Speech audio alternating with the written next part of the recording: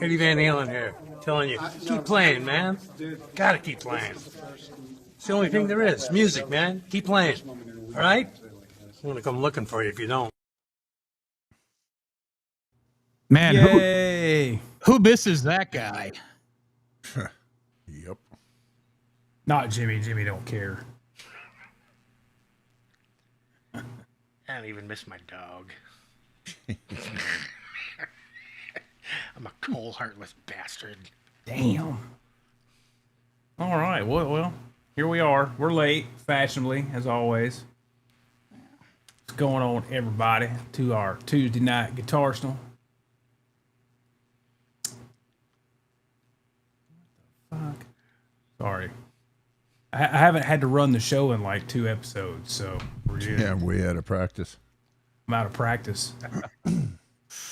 So, as you can see, we have Jimmy Biter over here, and we got John. We got John down here, and then special guest, What up? Mr. Foldy Grit. What down up? here. There.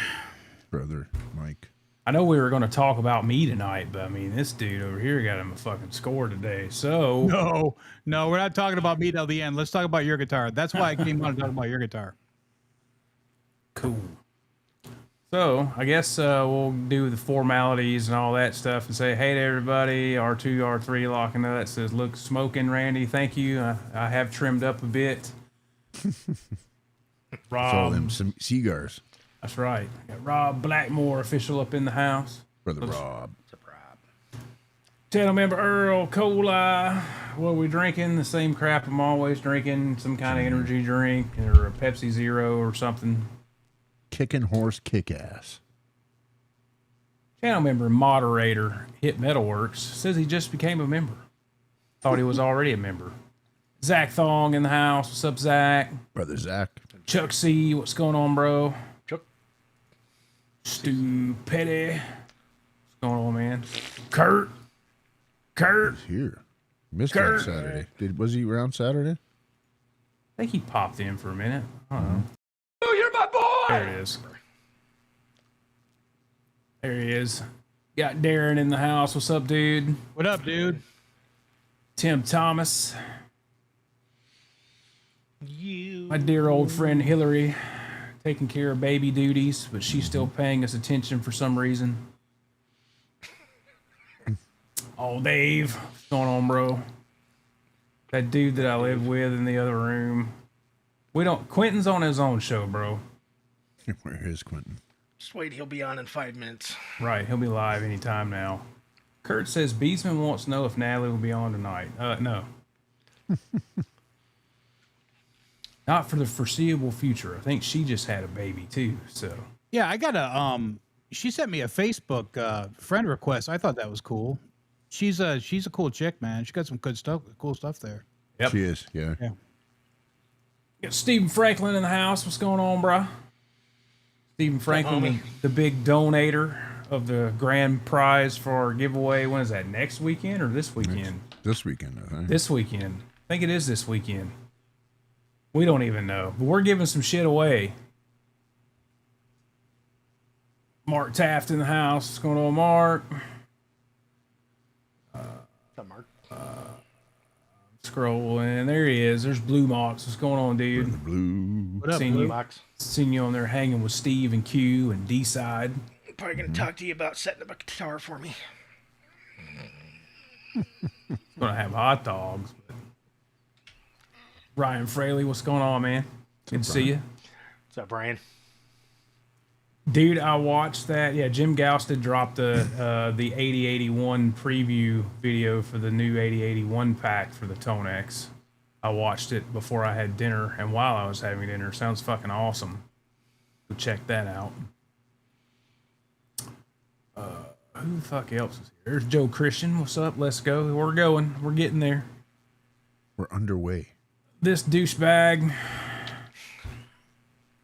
He's a C word sometimes. No Man's Land. I'm a dick. No Man's Land says we're out of Cheetos. Well, bro, I don't eat Cheetos, but that sucks you're out. Can't Drive 55 is here. Searching for tone. I'm always. What's up, Brian? Everybody's still searching. We started just because you showed up, bro. I think Randy and I are just searching for reliability. Right. Miles, what's up, Miles? Good to see you, buddy. What's up, Holmes? Down under. Who else we got? There he is. The man, the myth, the legend, Christopher Live Soba. Get out, get live, or get old. I tell you what. There he is. Dan Gorman in the house. Dan, you're going to have to hang around and wait a minute for your riff. I'll play it. Just give me a minute. Let's get into this, and then it'll be part of your sound sample, sir. The half-deaf shredder. Blue Mox told me to check this stream out. Huh? Who's Blue Mox? I'm just kidding. Good to see you, man. Thanks for being here. Blue who? Papa Blue? Is that you? Good to see you, Papa Blue. What's up? Martian Murray up in here. What's going on, Eminem? Who else we got? There's Sammy Reynolds. Good to see you, man. Sammy.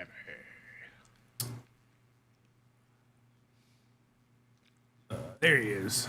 Master Rene Fernandez. Good to see you, brother. Good to see you, man. Still going. There's Bo, Brother Bo. Mr. Guitar Man 45. What's up, dude? Who else we got? There's Gene Spliced. What's going on, man? And Blue Mox says I'm a tease. Yeah, well, can't give it all away. Drag it out, right? Drag it out. Man, this Right. camera is glitchy. You see my camera? Yeah. It's giving a little. What is going on, man? Anyway, sorry. Dan says 10-4, he understands. I'll play it. Just give me a minute. Dory McMahon's here. What's going on, Dory? Good to see you. What's up, Dory? Good to see you, Dory. And we have reached the bottom with Bo saying hello to Dave. Cool. 42,000 watching. Yep. Oh, cool, man. 42,000 of you. They're all here because 40 Grit's here. They didn't know he was going to be They here, didn't but know they're I here was for coming. him. What are you talking about? Yeah, I didn't tell anybody you were popping in except for the fellas here. So, Shall we thank the channel members? oh yeah. Sorry, I'm out of practice. Ain't done this in 3 shows. Last time I did it, I fucked everything up. So you press the button. Give a big special round of applause and shout out to all of our channel members. If you're not a channel member and you want to be a channel member, click the join button down there at the bottom of your screen. I think the giveaway we're doing to win the grand prize, don't you have to be a channel member? Absolutely. We're giving away a Boss GT1000 multi-effects processor and amp modeler, Courtesy of. courtesy of Mr. Stephen Franklin. The guy's a champ. Absolutely. Thank all of you for your support. You let us do this on random weeknights. And yeah, Random being Tuesday or Thursday. right. Which we're in the process of restructuring some stuff with the Thursday show. So might have some interviews coming this way from some other YouTubers and maybe some other guitar players that everybody likes. And we'll see how that goes. Actually, I think we'd be more successful if we interviewed guitar players that nobody likes. Who's that guy? Create some controversy. Yo, what's up, Mitch? Good to see you, buddy. Hey, brother. What do you say about his pro? Oh, good. Yeah, he's got one. Awesome. Yeah. Awesome, man. Can't Drive 55 says he's here because the Braves suck. Yeah, don't remind me. All right, That's football or baseball? that's baseball. There we go. Being an Atlanta sports fan is Braves. Yeah, yeah. is very rarely worth it. Atlanta Falcons are your what? That's our football team that 40? Yeah, yeah. fucking sucks every season.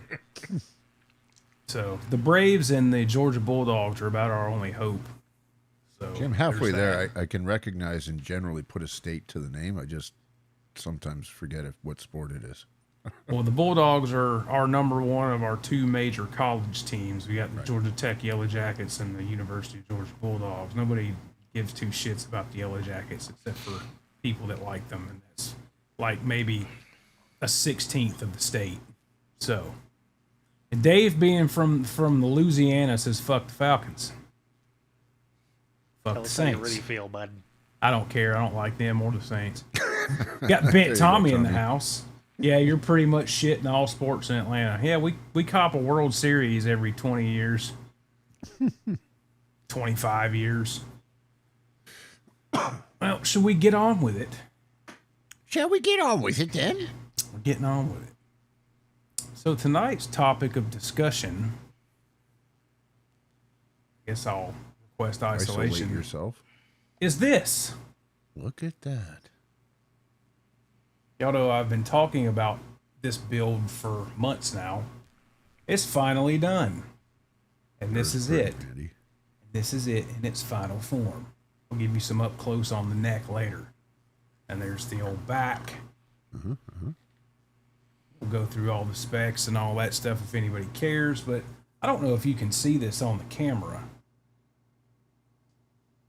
Nice and chunky, buddy. That neck's a little chunky there, don't you think? It's a fat neck. Yeah. So, like I said, y'all know I've talked about this build for months now, and it's finally done. When did you start it? I finally decided to do something with it probably back in April, because I ordered the neck in April. At the end of April is when I ordered this neck. Backstory on this guitar: I've had this body for 4 years.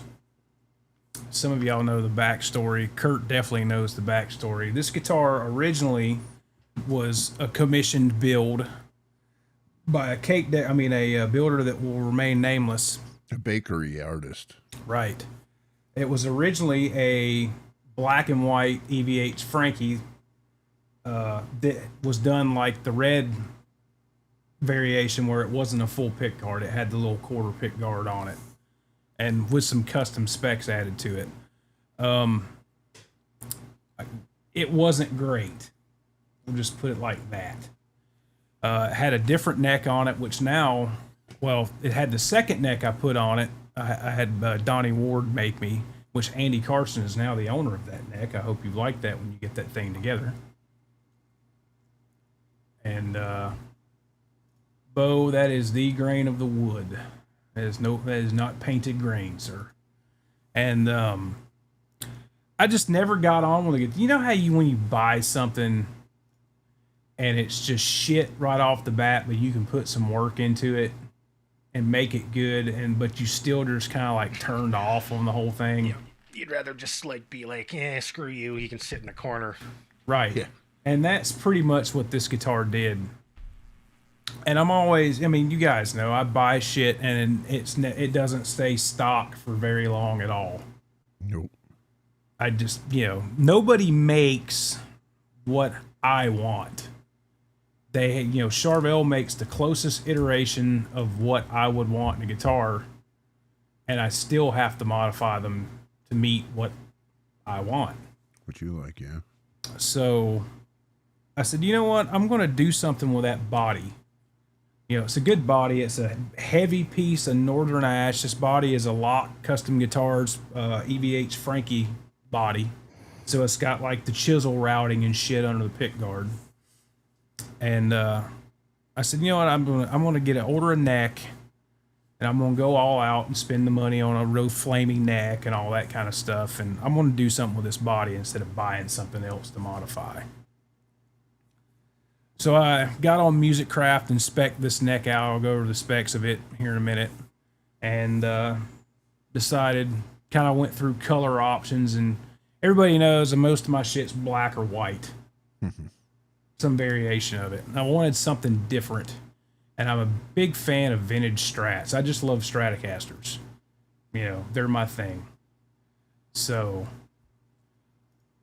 what's up, way up, dude? It's your fault. You don't need to be modified, is what he's saying. Right. So I spec'd the neck out, ordered the neck, and then stripped body down. The paint they used on it was like mailbox paint. I mean, it's like when you hit it with the sander, it just turned into like rubber goo, Right. like Who was that rust. built that again? Like cake decorator. Yeah, it's like he used Rust-Oleum or something for the paint job. It was terrible. So I ended up having to sand it and use stripper on it to get all the paint and shit off of it. It was a pain in the ass. And I decided, well, I'm gonna paint it nitro, and I'm gonna go with the old classic Fender Sonic Blue. I love Sonic Blue Strats, and generally you see Sonic Blue Strats with a slab rosewood board, and I wanted one with a maple board. So, what's up, Charles Green? Good to see you, bro. You got a lot of questions in there, bro. Yeah, I'll get to it. I'm going to answer them as I go through this, most of what they're asking. So,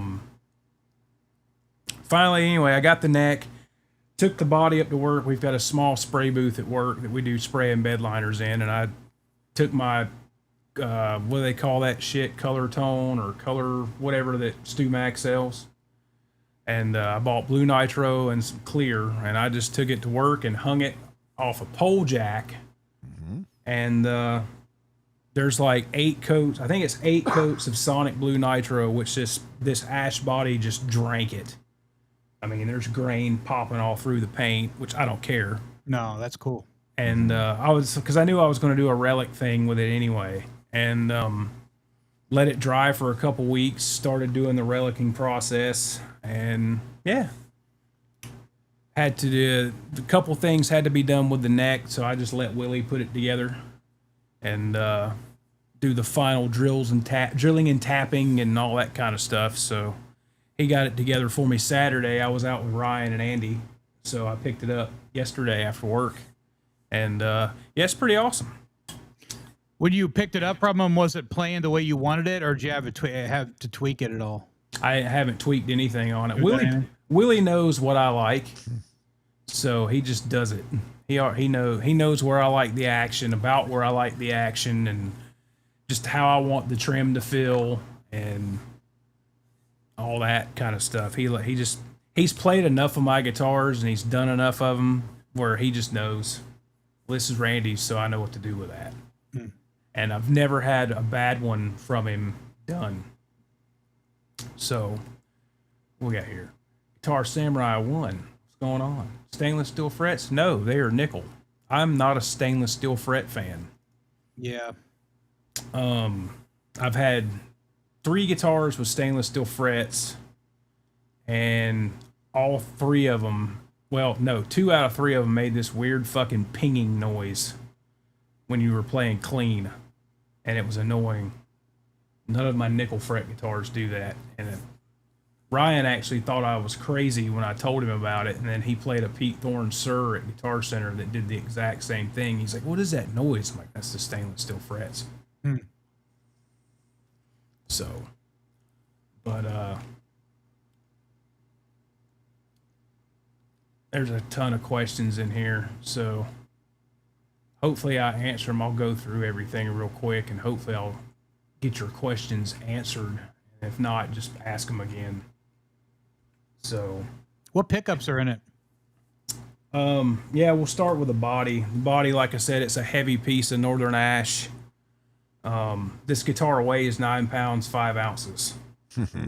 That's a good one. It's a monster weight wise. I mean, when it's sitting on your leg, it feels like a Les Paul sitting there. But Sonic Blue Nitro paint, mint green pick guard I had done from Warm Off because I don't use tone knobs. My volume knob says it's a tone knob because that's how you get tone, by turning the volume knob. 5-way switch. We have a DiMarzio Tone Zone S in the bridge, and then these are 2 Air Norton S's, courtesy of Jimmy Biter. That's oh cool. Heard that guy's real nice. Yeah, the Floyd. I had the nut already, but I've got like 5 black Floyd 1000s laying around, and our pal 40 Grit here sold me this nice chrome Floyd to put on here. So Floyd, courtesy of Mr. 40 Grit down there. The back, you can see it's got a big 42 millimeter fat brass block, and then the black Floyd Rose real Floyd Rose springs, not FU tone or any of that. On the trim, it is floating a little bit, not much. Someone was asking about the springs. I think it was Stu Petty, because Stu Petty, I've gotten so many emails ever since that night I talked about the springs, Right. about Floyd Rose only, black or original, right? And man, my email blew up on that from people. And actually, a couple people said that they swapped them out and they see the difference. Yep. So that's a good topic. Springs can make a big difference on your setup. It's a big part of your setup of your tension. So Exactly. And when it comes to springs, I only use Floyd Rose springs, either the regular chrome ones or the black ones. This guitar, I went with the black ones. I've got those FU tones. They're just a little spongy, man. I mean, they're not as it just seems like the Floyd Rose ones, they just work the best. Maybe if I went to different colors, the green and the red and everything. Right. But based on my experience with hundreds of guitars now, I would say the black or the gold original looking Floyd Rose springs are where it's at. So What's the difference between the black and the original? What's up, Scotty? Good to see you. Hey, Scotty. Yostinata in the house. I seen Rico in here a minute ago. There he is. Thank you, Rico. Good to see you. There's the man right there, Andy Carson in the house. What's up, Andy? The colors is basically like the tension on them, how stiff they are. And the original is the original, and the black is stiffer, or the black is less as stiff. For me personally, the if I want a tighter, I go with the original, and if I adjust, and then I'm watching the claw. What's up, Wayne McConnell? I'm watching where my claw's riding, and then if I'm riding too high up, I know that my strings aren't strong enough, so that I'll swap the springs out. And usually, recently, as of late, I'm running the originals more so than the black. Right. 2 or 3, or is that just guitar? I'm running 2. I'm only running 2. If I run 3 on Floyd Rose, it's just too tight for my whammy. Right. Yeah. See, I like it a little bit tighter, so I usually run 3. Yeah, I don't run 3. Yeah, I run 2 just because I like the feel of the whammy. So different strokes though. Yes, Rob Blackmore. The black ones are noiseless. Hello, Ryan. How are you? Still without power, bud? Yeah, Bo says the springs from Floyd are heat treated differently. I believe that. Hey, Ryan. Good to see you, buddy. Wish you were here.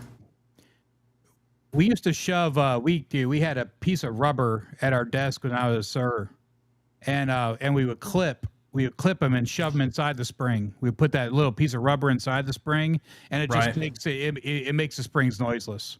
Right. So you don't have to go buy noiseless springs. You can put that. You can buy those little pieces of rubber and cut it and just shove it inside the spring, and it'll quiet that spring up. So. Right. Kurt says FU Tone sells non-coated heavy-duty springs now. I mean, for me personally, once I get on a track of using something and it's working, I'm not getting off that track, so. Fair enough. Right. No, Guitar Samurai, I don't care anything about the brass claws. I'm not huge on that whole, all this titanium shit does this and all this brass stuff does this. I like the big brass blocks just simply for the mass. And normally when I put a big brass block on, I have a piece of wood glued in there into the cavity where it's a dive only, so that brass block is against the body. And in that sense, which this guitar will probably end up with a piece of wood glued in there. So I think a lot of that brass stuff, it's more aesthetic. It's there for you to look at and make it look nice and stuff. Now the blocks, I swear by the blocks. There's something about the brass blocks. I like if I have a guitar that's too light, you throw a 42 in there and add some weight to it. We were talking in the green room about the weight on that guitar, that Joe Perry that I did, that Joe Perry tribute that I did. That guitar is 10 pounds 6 ounces with a titanium block. Because I put a brass block in it, and it seemed like it was super heavy. Right. I got a FU Tone I got a titanium block from FU Tone. He hooked me up with one, and that took some weight off it. So, I usually use the brass blocks to add weight to a guitar. Right. So yeah, this is CRL 5-way selector switch there because I got 3 pickups for once. I thought about not even wiring the middle one up, but I did anyway. Like I said, tones on S. This fucking thing's heavy. 2 Air Norton S's. I mean, and that's pretty much it for the body of it. I use the old Frankie neck plate, so it's got the old the 61071 Frankenstein serial number stamped in the plate. I used the Dunlop, the dual strap lock / strap button because I don't need the lock part of it. I just like them because they're big, and that DiMarzio fucking D'Addario clip lock strap snaps right on those things. But yeah, R3 Floyd nut. That's a German nut, string tree. Got Godo Magnum locking tuners because who doesn't like 5-minute string changes? Yep. Exactly. I think they're like 18 or 19 to 1 ratio tuners. Nice. There's 2 versions. There's a 16 to 1, and I can't remember if the more expensive ones they're either 18 or 19 to 1. Jimmy may know. 18. Are they I don't 18? think they oddball it. But Yeah, they're 18. the neck is a Musicraft neck, like I said. It is a 5A flame maple neck and fretboard because why not? I'll show you the back of this thing if I don't drop this guitar. I mean, it's just Nice figure. it's just it's just Flame City for days on the back of this neck. I mean, and like I said, the fretboard's flamey as well. It's all 5A.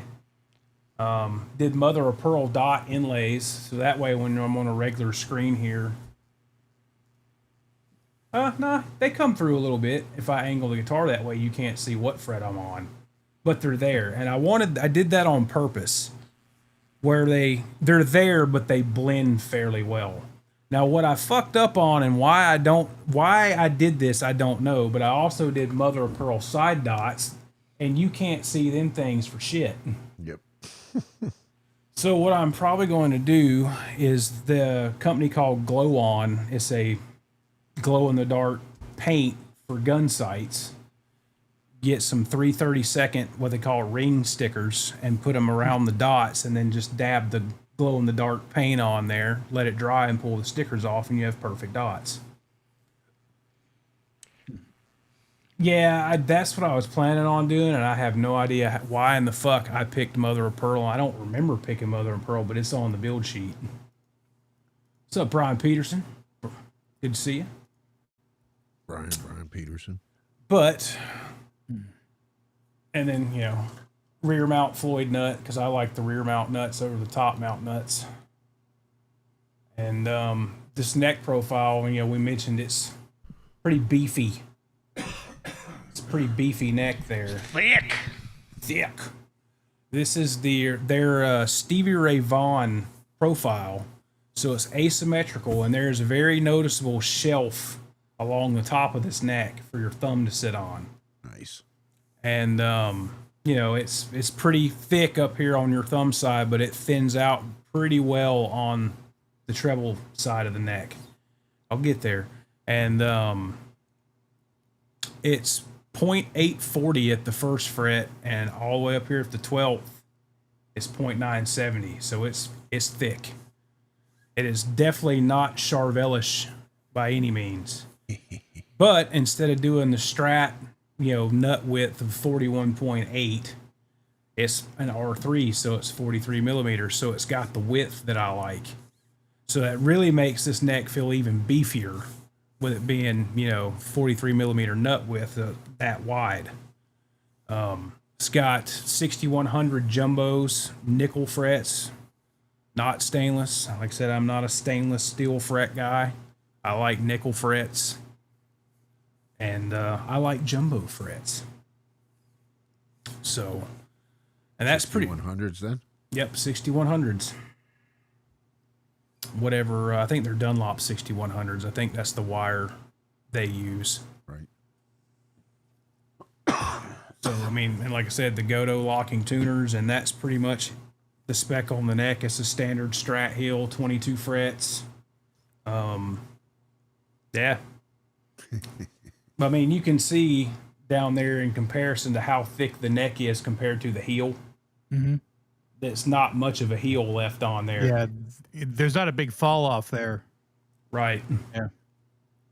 So, and then there was a music you used to do these Strats, custom shop Strats called the ZF Strats, and I found they did a Sonic Blue one with a maple board, and I kind of used it as a template to do the relicing because, like I said, I did all the painting and relicing myself, and I bugged Mike with questions like every other day. Oh, how would you do this? How would you go about this? What should I use for this? Da, da, da, da. And, you know, obviously he knows what the fuck he's talking about. So who better to ask? Mm-hmm. And I would send him progress pics. Like, he's like, I do a little more there, put a line there, or, you know, take a screwdriver and do an indentation here, you know, that kind of thing. And we're still going to put a spot down here on this lower horn. It's a little too clean. I didn't want to go just over the top with it, especially with it being the first time I've ever reliced a guitar. It's the first time I've ever painted a guitar with nitro either. So, well, that's it. That's the paint to use if you're gonna cut. Right. You know, and you know, like I said, but like we said in the green room, you know, for light little subtle cuts like that, just get some glass slides, microscope, you know, for a microscope. Just have those because they're really good for cleaning out a neck pocket, and they're also, you know, and they're also really good for just like for relicing for small little just like scrapes, and they look real. They don't look like you're faking something, you know. Right. So it's like when I did this, the upper bout wear here, I didn't want to go huge with it, where it's just like all down here, and that can get out of control. That area right there can get out of control real quick. Your arm contour. Right. So what I did is I took the razor. 40 grit. Right. So what I did to do most of this grit out there, fuck yeah, man. Is there? What I ended up doing is most of this is all razor blade work. All this just sitting there with the tip of a razor blade, trying to shape it where it's not too straight of a line, but it's not like a big blob. I mean, it's work, you know. It's not as easy as a lot of people think it is to relic a guitar and have it look, you know, I don't think this looks fantastic, but I don't think it turned out bad either. Oh, Ryan, no worries, dude. I thought you were being serious. I thought there was a 50 grit out there now doing stuff. That'd be awesome. But up here, what I did is I took my razor blade and just kind of made a little, you know, squiggly line right here. And then I took my low tack tape and taped this area off and left this open. And I hit it with 320 grit sandpaper till it was to the wood. And then I just took the razor blade and would scrape it to smooth it out to make it like it was actual arm wear. And then I took 600, pretty much all the big spots, I took 600 grit to smooth the edges, like they had been, you know, worn by your arm or just a pick hitting it constantly or whatever. And, you know, your edge wear on the bottom and stuff. I mean, when you drop the thing or you can't find the jack or whatever, you know, I did all that stuff. And most of it, like I said, is razor blade work. And now I'm hooked.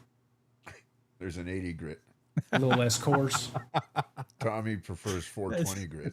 That's right. All right, man. Anyway. So this is just the relic work that I did. Just tried to make it, you know, not just where it's ridiculous like the Henrik Donhage models or some of the super relic custom shop stuff. You know, just maybe something a little more realistic, if you want to call it realistic. But, you know, I did a lot of dings and dents in the back of it.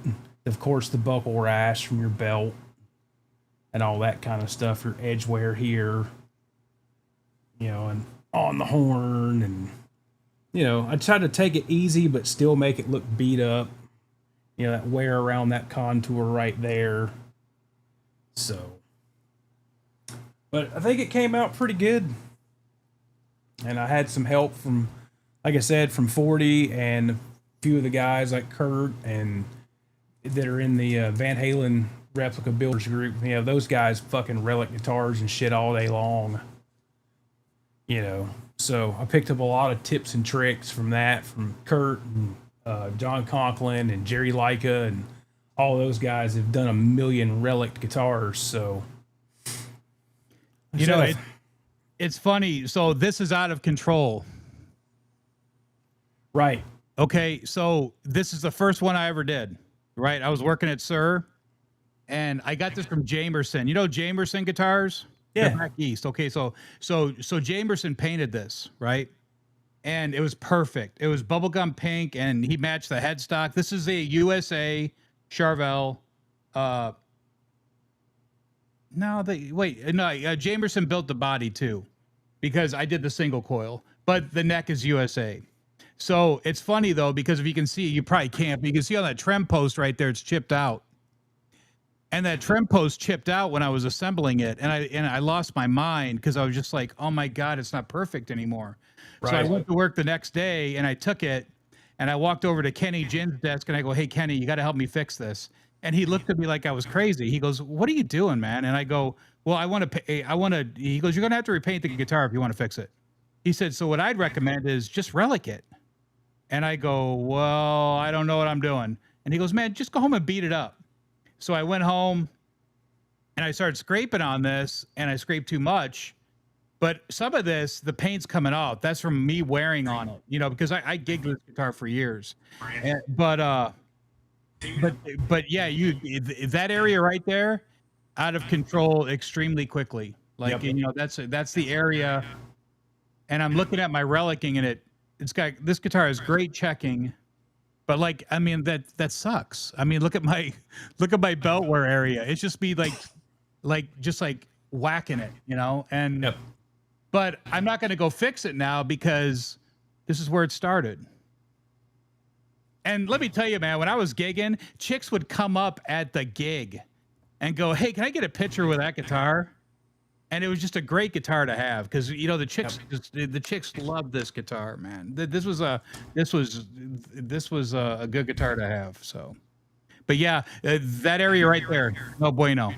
Yeah, I took that. You know, when I taped the neck pocket off to paint it, I bought the low tack masking tape, painter's tape, and that's why when I did that area.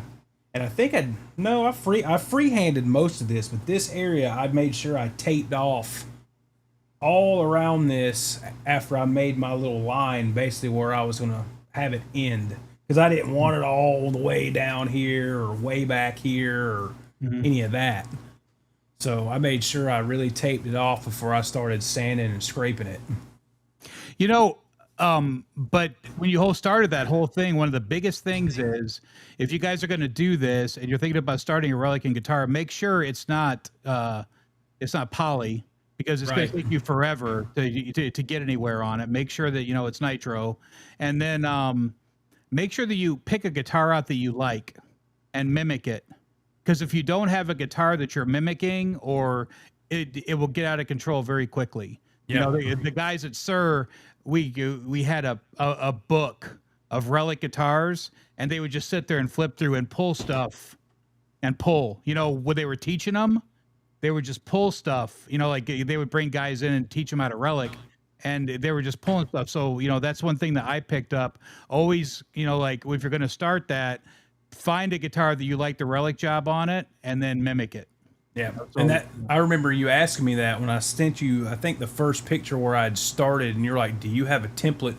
Yep. Or a guitar you're looking at, and I was like, "Yeah, it's this one." And I sent you pictures of that guitar. Yep. I said, "This is where I'm kind of basing it off of," and you told me the same thing. Yep. So, gotta have a template, man, because you'll fuck it up. I had no template on that Charvel. I was just in there banging and scratching, and I was like, you know, it's, you know, it just is what it is. Yeah, and it's not like you're using the template to like try and do it, you know, nick for nick. It's just just idea of, all right, well, here and here and, a little bit here. And I like how this piece is here, or, stuff like that. Yep. Dave wants to know how long it spent in the freezer. 48 hours, and it cracked in like 3 places, and that was it. And I think the reason why is the nitro just wasn't hard enough, because oddly enough, the 3 places that it cracked, nitro melts into itself. So the 3 crack spots where it had actually cracked from the freezer, they aren't there anymore, where the nitro had melted back into itself. I just don't think it was hard enough to successfully do it. So no cracking in it yet. I may wait a few more months, then try and hit it with the freeze spray method. Try that out. So Yeah. somebody asked, it's probably Blue Mox, because they're asking cost. That's a good question. It wasn't though. It wasn't Blue Mox. I just giving him a hard time. Did you finance it? How much did you No. put down on it? A lot of these parts I already had. The neck was obviously the most expensive piece. This neck, I think, tax and everything was around $670. These lock Frankie bodies, you can get them, bare just like this. And this is one piece. This is a 1-piece Northern Ash body. Which is probably why it's so fucking heavy. But I think these bodies are like $260, something like that. You can find out for sure at lockcustomguitars.com. And then you figure in pickups and pot, switch, pick guard. If I had to guesstimate, there's probably, with paint supplies, all that stuff, I've probably got about 1,200 in this total. And that's, like I said, that's just trying to add up all the little odds and ends and the parts I didn't have, and guesstimating on the parts that I had. I would say somewhere between $1,100 and $1,200 total. And I got a fuck ton of experience doing it. Yep. So, And it'll always be your first one. Because Right. you'll go do another one, and you'll be like, hey, on that one, I goofed that up. I'm not going to do that again. This is what I'm going to do this time. That's what's cool about doing it. You know what I'm saying? right. You get it, and then you can move real quick. Like, I just did a build the other day on Warmouth. I was just sitting at home, and I said, hey, let's figure out what the cost is right now. $500. $500 for a neck and a body. Right. So that's going to cost you $5, and then I've got parts all day long here.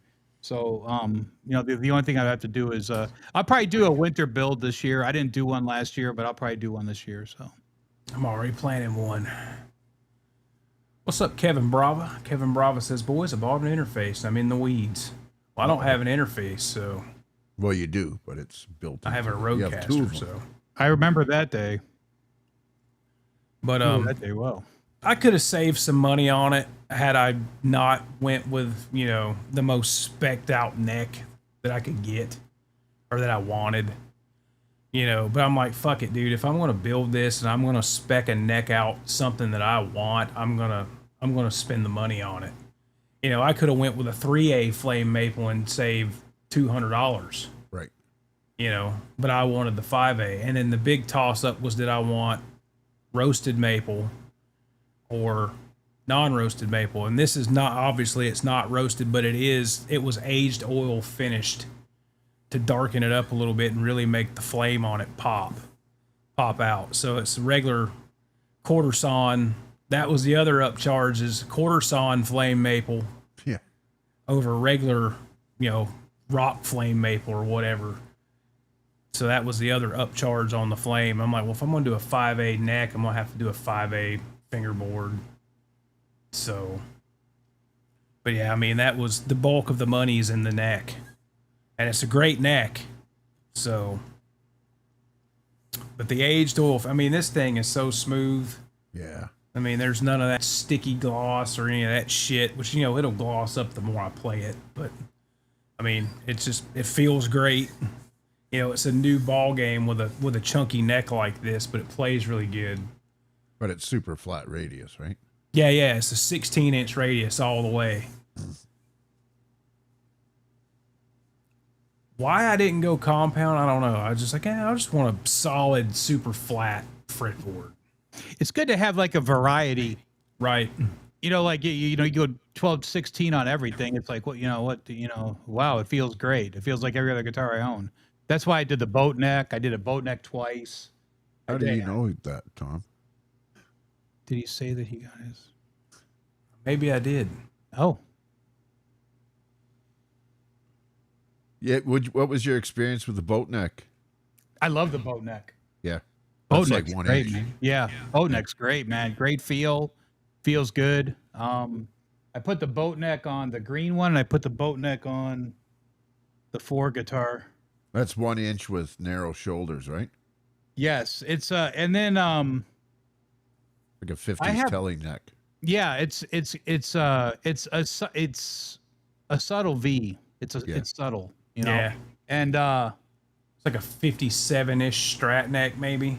and it's so comfortable though, because I've had people come over and play those guitars and they're like, "Oh my god, I could use this guitar all night." And I said, "Buddy, if I ever gigged again, I would have a boat neck with me, because you know, the fatter the neck, the easier your bends are. Your leverage is better. You know, so I mean, if you have a guitar, See, Andy. if you're having a hard time with bends and stuff, go with a fatter neck. Don't go, Andy. Just let it fucking burn. Don't Narcan the same guy. And with your boat neck, what radius do you use? I think those are what, 10 to 14 Warmus are. Yeah, the compounds are Yeah. 14. Yeah. That's what Ryan Fraley's saying. I would do a compound, but 10 to 14 on a more vintage instrument like a Strat. And see, that's kind of where I went with this, is I wanted vintage meets modern super Strat. Yep. So I went with the vintage color, the mint guard, the cream plastics, but I wanted the modern super Strat kind of playability out of it. So Yeah, like God, man. I mean, the bends on this are like, they're like butter because of the leverage of the fat neck. yep. Yeah. You know, I mean, like you play that Ibanez Wizard hang back there on the wall. It's like, you know, the bends on that aren't as fun. You know? No. Did you go stainless or nickel frets? Oh, I nickel. Yeah, I'm not really a stainless guy. I just got that PV, that Wolfgang. That's got stainless on it. I guess all the Wolfgangs have stainless, but that's the first Wolfgang I've had stainless steel fret problems with. Right. And that one went to the shop as soon as I got it, just because it's hot outside. And you know, I shouldn't say that. Tim's a great guy, but you know, he could. I don't want to ruin my tools. I'd rather pay somebody to do stainless and wear my files out. You know what I'm saying? So, Right. That's Right. what I was thinking, though, is the boat neck with the 10 to 14 with 6105s on it. Just I did jumbo. 6105s are great. Those are the PV Wolfgang frets, 6105s, and 6105s are great, tall, skinny. Yeah. But I went back to I like the jumbo.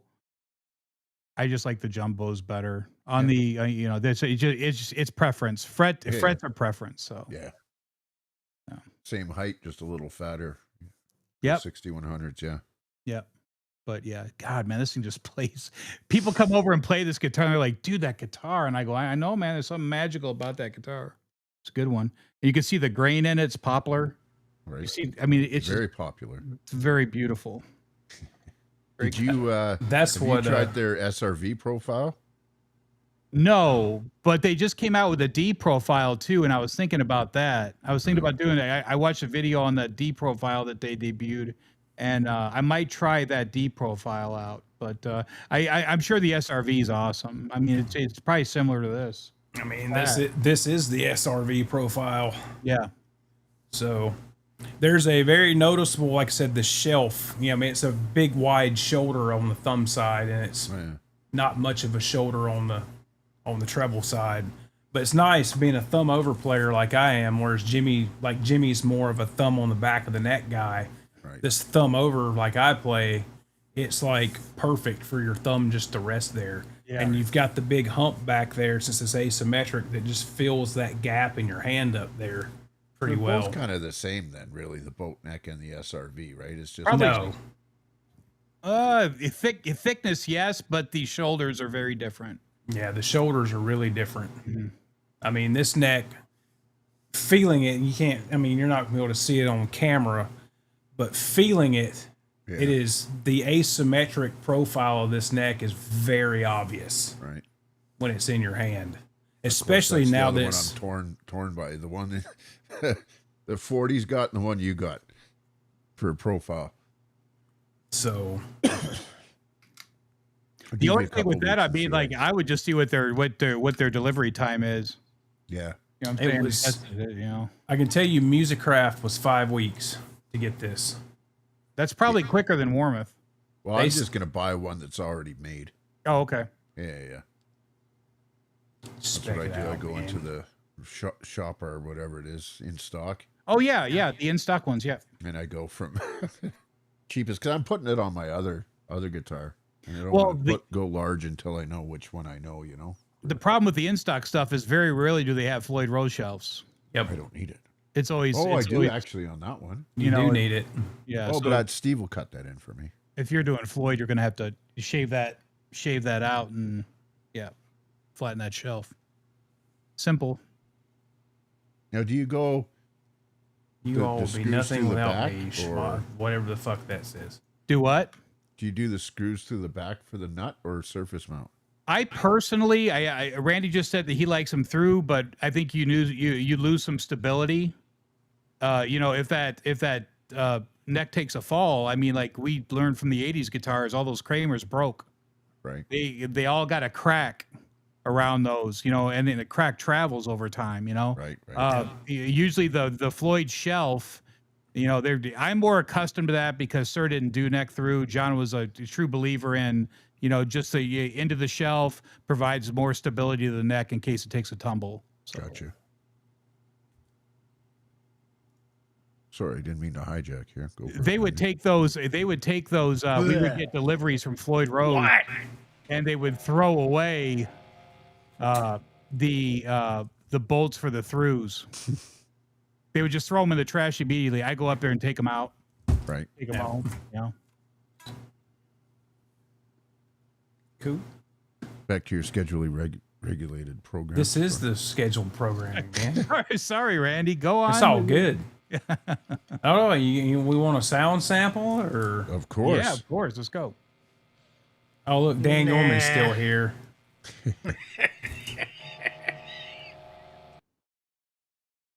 You have to forgive me, Dan. This guitar's not in drop D.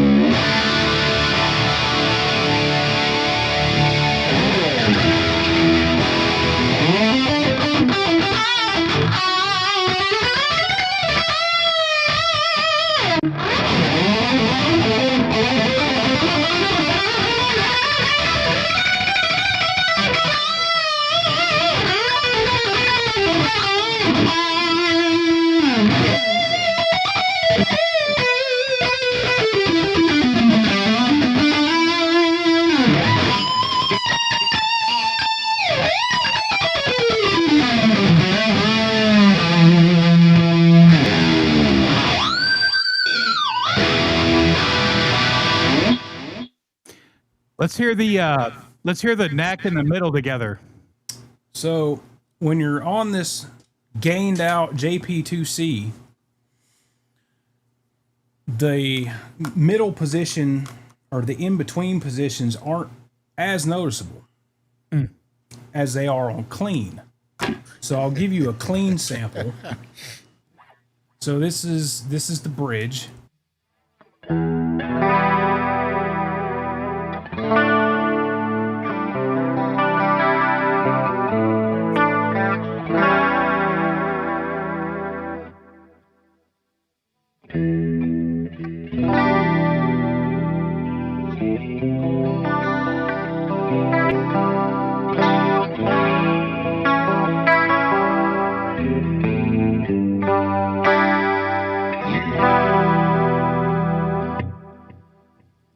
middle.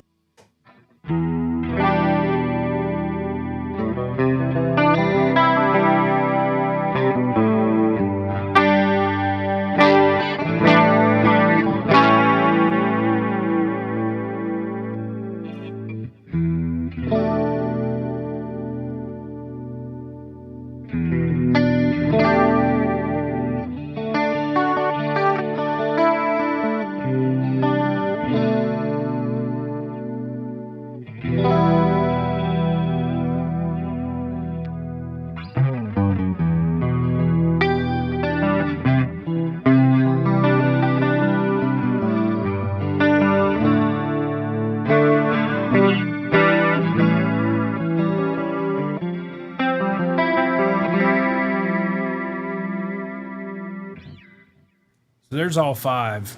Yeah, it's good. I like the neck and middle together probably the best. That's what I was wondering.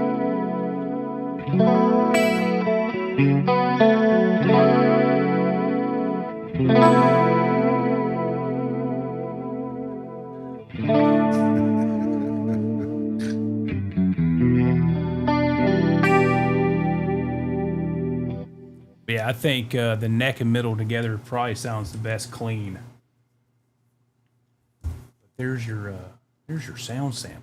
Yeah, I mean, I don't know what's better. I mean, those DiMarzio Tone Zone S's and those Air Norton S's are just fantastic, man. Right. Well, we got to do the Petrucci test that I always do, and which is the pull me under riff because it's that fucking good.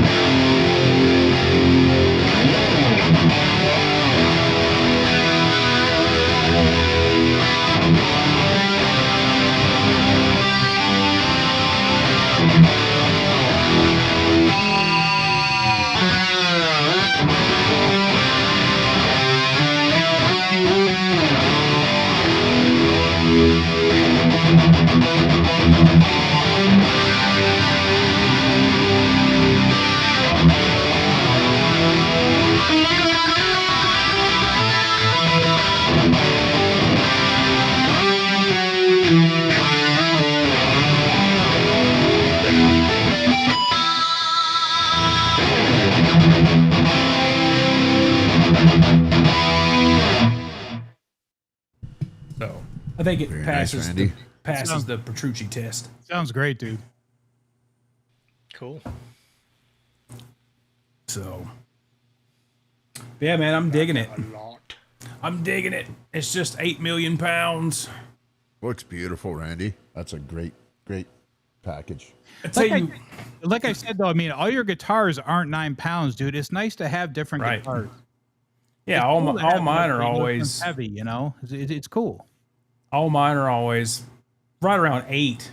Yeah, I like 8 pounds. You know, my Les Paul was just over 10, and that was kind of like pushing it. But yeah, this damn thing, I mean, it's heavy, but it just feels fucking solid. So I tell you what Wall of Cries likes about it, hey, here I am,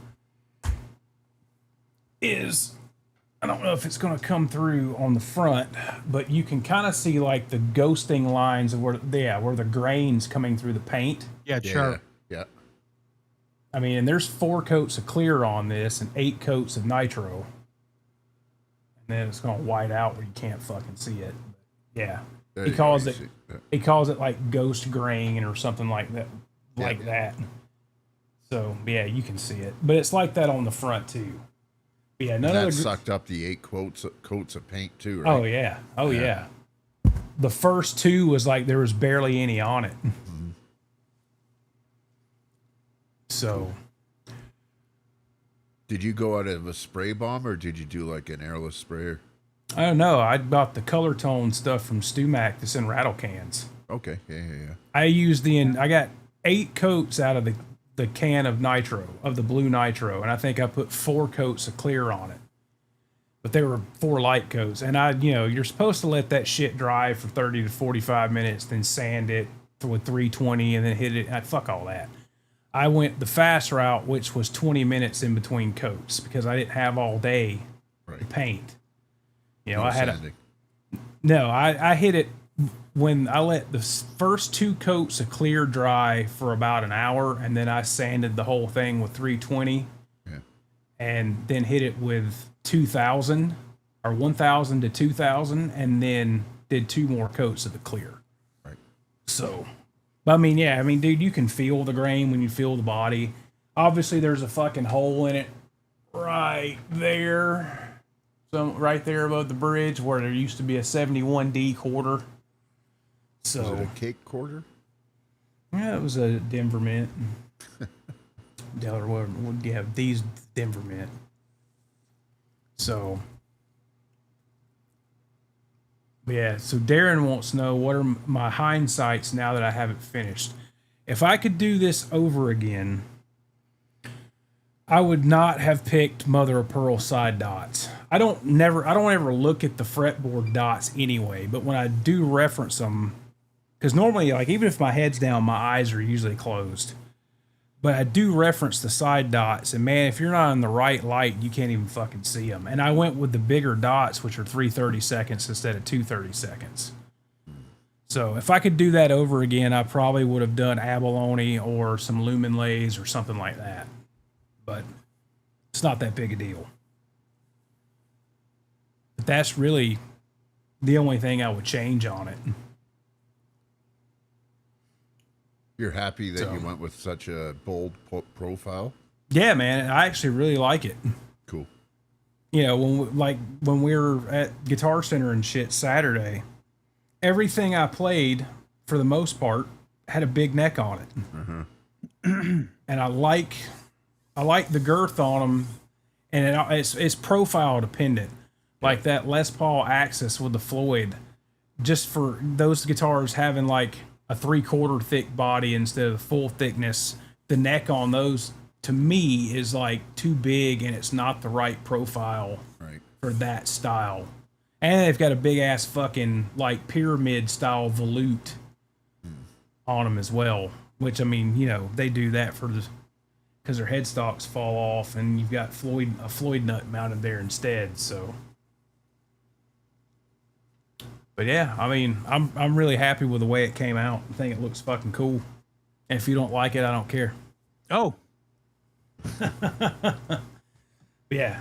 I don't remember who it was. Somebody guessed Sonic Blue when we did the color. See if y'all can guess the color. It's Sonic Blue. yeah. I've always liked Sonic Blue and wanted a Sonic Blue Strat, so there we got it. I think That's Andy it. Carson guessed it. Yeah, probably. That sounds right. So there we have it. Nice guitar, dude. Good job. Yeah. Awesome. Well, now I'm itching to build something else, build another one. Yep. That's what happened. You got all these ideas running around in your head, Yep. Yeah, I'm kind of, like I said, no company, unless you order something custom, is going to makes what I generally look for. Well, that's funny because the first build I did was that brown build. Right. And I got that out of the walk away video, the dock and walk away video. Yeah, right? yeah. And I'm like, that guitar's freaking brown, but there's a big white spot. So then I was talking to this guy, and I go, hey man, check out this guitar. I'm going for the walk away video look. And he said, you're way off. And I go, why am I way off? He says, because that's cow skin. Huh. On that guitar. That's why there's a white spot.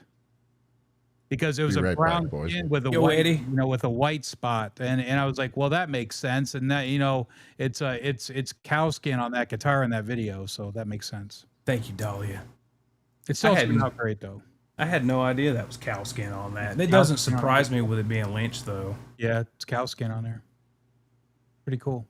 Yeah, Scotty says he does what Jimmy does. Hey, man, I hot rod guitars to my liking, too, man. I don't have any. None of my shit stock. None of it. I just I gotta fuck with shit. Yep. That's what makes it yours. Right. Rumpole on the hill, old chap. I like the girth. That's what she said. That is what she said. Yo, what's up, Todd? This is my abomination. I'm actually thinking about getting a water slide logo for the headstock Yeah. in the Fender font, but it's going to say "fuck you" on it instead. I did. I got those made on the for mine, so I put those on the back of all of my builds. Right. You know, it's cool to get your own shit made, and then like the guitar's Show yours. that again. You know? Show that again. Part of yours. Your 40 grit logo. Yeah. That's cool. You know, I was thinking about taking all the logos off on all the front of the guitars I did, and I was like, nah, I'll just put a logo on the back. You know. Yeah, so now I'm already kind of like planning the next build. If you call it planning, it's just, kind of looking at stuff to do and what I want. But yeah, I don't know. Like I said, I wanted something that kind of resembled a vintage Strat with the 3 single coils, but they're not single coils. And just the more of the modern Super Strat. And, I know the Relic thing, there's a ton of Relic haters out there. And I like Relics. I think they're cool because, dude, I play guitar on the fucking internet nowadays. Yeah. And a lot of people don't, you see the comments online. They're like, well, just fucking play the thing for 20 years. Yeah. All the modern shit's poly finished, and good luck. It's not going to happen. Yeah, dude, I've got a Strat from the 90s, my first Strat from the 90s. I can't even tell you how many gigs that guitar has played. And it's been all around the Southeast and, all that shit, playing shows all over the Southeast. And there's like 2 dings on it. And the paint looks brand new. Yep. The poly doesn't relic like nitro does. And then they put the shit on so thick. There's a ding on that Strat, like right here, where it was dropped or something, and it took a chip out of it, a little small chip like that. And you can just see how thick that poly finish is. So I was talking to a guy today about guitars, and he goes, I just got a lot of nice guitars, and I get caught up on going out and gigging with them, and I'm like, dude, that's why I went to Relics. Yep. I got tired of taking my Wolfgangs to shows going, oh my God, what if somebody takes one of them? What if blah, blah, blah. So then I relic the pink one, and then I did my black one. Here, hold on a second. The black one's there. Hold on. You're one to talk, Yost. Yes, Todd, it's Sonic Blue.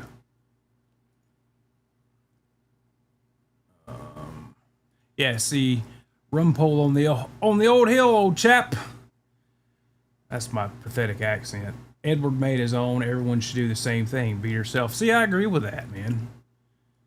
And like Todd says, fucking around with actual guitars is half the fun. Dude, I had a blast doing this. I was nervous about doing it at first. And I'm like, whatever. If it's fucked up, it's fucked up. Just repaint it or something. But knowing the right people and having the guidance of people that have done it a lot and know what they're doing. Like I said, I can't fucking say how much, I appreciate 40 for fucking helping me out and giving me tips and tricks and info and all that shit. When you've got, there's a lot of knowledgeable people in this online guitar community once you weed out the dickheads that are willing to help you and give you advice and tips and tricks and all that kind of stuff. And it takes a lot of the nervousness out of it because you've got the support there, So yeah. I got What's guys up, Sean? I got guys who say, hey, how much? What does it cost you? Or what are your rates? What are your rates to work on stuff? I don't want to work on your guitar. I would rather have you say, hey, what do I do with this? Those are the emails that I enjoy. Hey, how do I fix this? Hey, what's my next move here? Hey, send me some pictures, and then I go over pictures with people. I say, okay, hey, do this. That's the best. But I did that pink guitar, and then I had this. This is one of the, what year were these? 08, 09? The black, the first run? Yeah. So this is a first run, and it was gloss black, and I matted it. And dude, this guitar, this was my number 2. And I relic this one, and see, my relicing got better. Right. You know, just on the second one, it did. It just turned out way better. Always, you know, if you have more than one guitar, make sure you're putting what pickups are in there because you'll forget. Right. And then, yeah, put the, yeah. I mean, like, just like looking at this guitar, I mean, like somebody said earlier, you know, why would you have more than one guitar? I don't know, man. I mean, I like having a lot of guitars, but you know, looking at this one, I haven't picked this guitar up in a while, and I just picked it up, and there's still like shit all over it. Right. Like years, like the volume area right there is shiny. Yeah. When I flatted it out, I didn't do that. I mean, like gigging did that, you know? Right. And that's what's so cool about this stuff, because one day I'll be dead and my kid will have this guitar and he'll be able to look at it and go, man, you know, Dad played the shit out of this one, you know? Yep. Cool, man. It's cool. Kevin Brava says, Randy, what's your signal chain? It sounds freaking huge. Does a Rodecaster contribute? So currently my signal chain is guitar to Dunlop John Petrucci wah pedal into the Hot Tone Ampero 2 stage into the Rodecaster. I don't have anything on in the Rodecaster EQ wise. So not really. But the signal chain that I've built in this Ampero is the Mesa, the Petrucci JP2C with the 5-band Mesa EQ, Mark Series EQ on into a Mesa oversized 412 V30s with a dual mic setup. I think it's a 57 plus and a Royer 121. And then it splits out of it to stereo detune, -9, +9 on each side. So there's your huge stereo width with that into the 2290, TC 2290 for the delay. And I think that's it. And then the lead tone is the exact same rig, but the EQ on the amp is the mids are pushed a little bit more and the treble's knocked back. Like, you know, a notch on the treble, just to keep it from getting really spiky. And then the clean is the clean channel of the JP2C.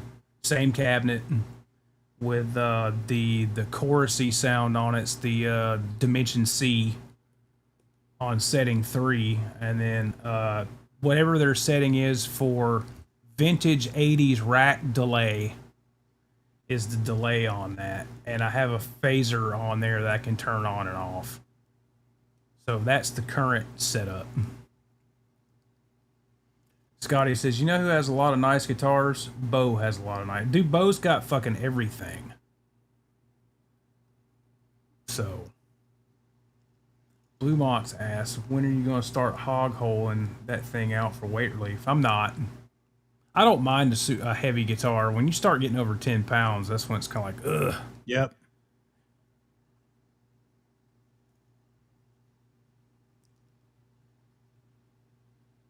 Not thick on my RG, all those sharp corners. Yeah, though the Ibanez stuff, those basswood bodies, I think they like those paint jobs on those were super thin. Every RG I've ever came into contact with that was made in like the 90s or early 2000s, the fucking paints just flakes off of them. That's why my RG 7620 was refinished with the it was dipped with the black, gray, and silver swirl. I said Ibanez, so Jimmy's like, let me tell you about it. Jimmy's our in-house Ibanez aficionado.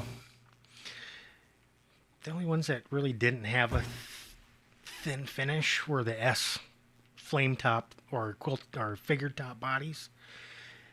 They put so much clear coat on those things. I tried to sand one of those bodies off one time, and it is ridiculously thick. Yep. It's like, screw that heat gun. Yep. And it just like bleh. Scotty says we should totally have Bo on here. Bo's been on here before. Bo is always welcome to come on here and talk gear and show off his shit in his collection, because the dude's got everything. And he's a fucking awesome guy. Bo's always welcome on. Yo says he loves maintaining his guitars. He wished he had Mike's knowledge. Don't we all? Yeah.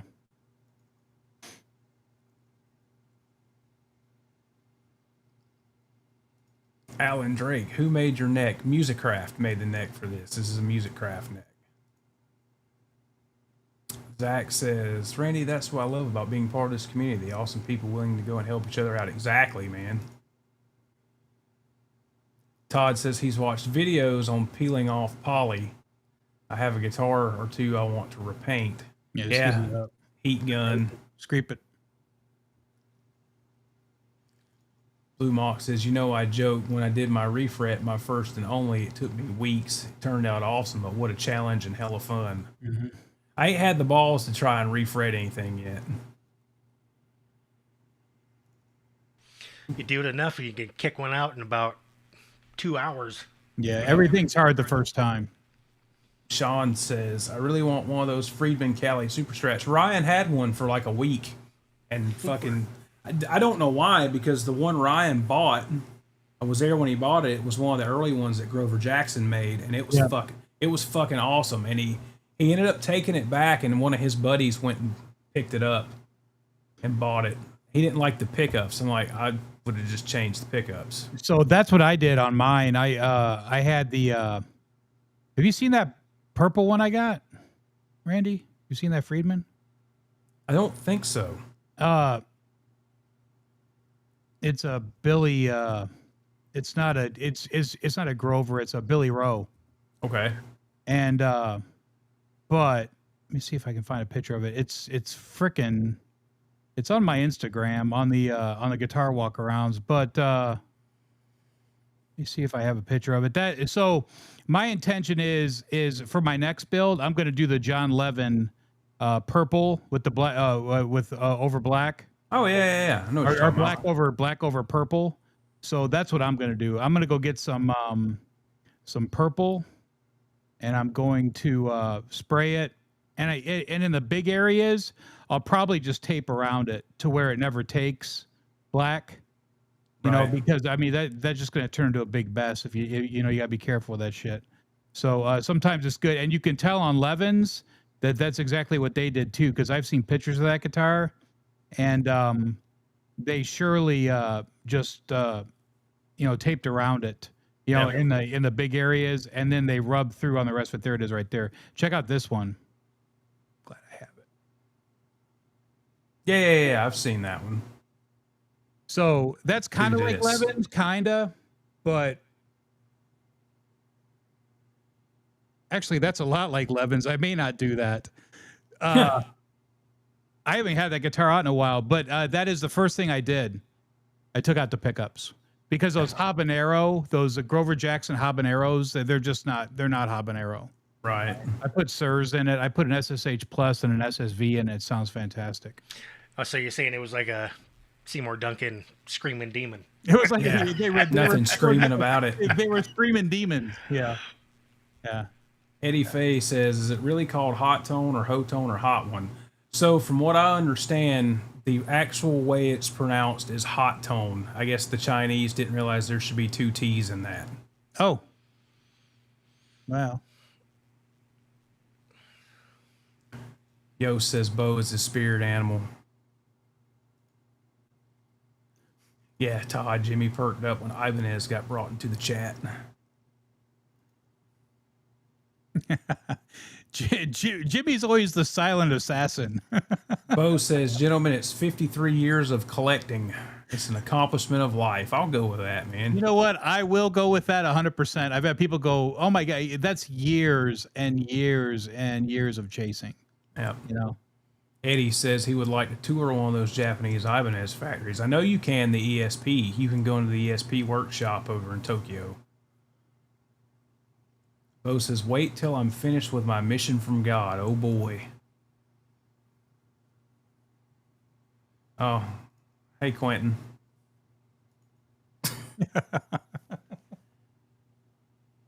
You guys give that guy a lot of crap, man. He takes it and he gives it back. And sometimes he just gives it back to himself on accident.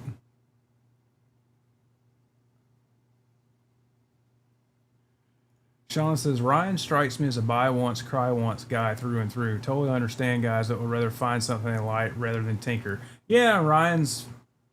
Yeah, see, I would have probably swapped the pickups too. And that's exactly what I would have done, because I played that guitar when he bought it, and I fucking loved it. Had a great neck on it. It felt really good, but yeah, those pickups would have been ripped out. Yeah, they're weak. And I really wrestled with that with a free, because think about it. I mean, Friedman, you would think that those pickups would be what you expect. Right. And I was like, man, you know, I'm really wrestling with taking the pickups out of the Friedman. But once I got it, the pickups were way deep buried inside the cavity. So I emailed Dave, because Dave emails back immediately. And I go, hey, bro, Yeah. I bought this guitar and look at the distance. I took pictures. I go, there's no way that you guys expect to have your that kind of distance between the string and the pickup. And he goes, well, I like it that way. And I go, dude, you're losing so much. You're losing so much in that gap there. And he goes, yeah, you know what? He goes, I'm going to contact Billy. And then I think Billy contacted me, because I told John that I told Dave that I was I had worked for John at Sir. And then I talked to Billy Rowe, and I go, yeah, those cavities are just way too deep. I had to put the PMS mounting system in that guitar on both cavities. That's how deep they were. They just like screwed all the way to the wood in a standard cavity. Yep. And I'm like, what the hell, man? Like, why would you even ship that? You know? So. Quentin says, I love Randy. Long time. Quentin knows we love him. He's just our internet whipping boy, and he sets himself up for it. But no, we all love Quentin, or moderately like him at least. He's fun to mess with, and he gives it back. Quentin's like an OG at this YouTube streaming guitar thing. He's been doing it forever, so we all owe Quentin a gratitude for that, I guess. I think. Maybe not. I don't know. I'm just trying to be nice. Darren, yeah, their locking tuners are the Godo Magnums. Darren, next Saturday night, DeMartini in Anaheim. Yo said you said buried deep in the cavity. Buried deep in the cavity, correct. Oh. Kevin Bravo wants to know if anybody's proficient with Reaper. I am not. What is Reaper? I don't even know what that is. It's a DAW. Oh. Only DAWs I've ever used is Logic, Pro Tools, and I think that PreSonus Studio One, and that was years ago. So I am not up to the lingo of modern DAWs. Yeah, is peeing on a guitar in Kentucky considered relicing? Only for Quentin James. That's why Juicy Booty's Juicy peed on it. Mm-hmm.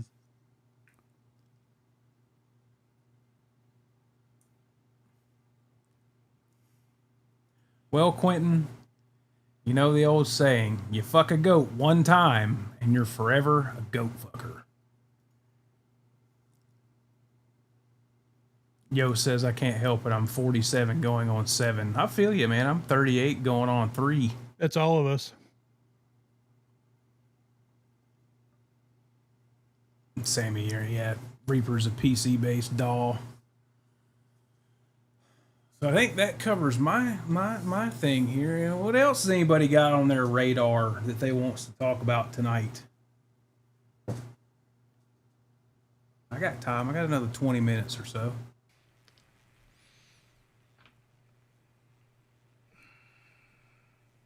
You want me to pull it out of the case? Yes, sir. I would love for you to pull it out and show it to us. Well, this shit's right up my alley because I've been talking about building one of these. Last night. Requesting isolation. Yeah, requesting isolation. Last night I was on Craigslist looking for Floyd roses.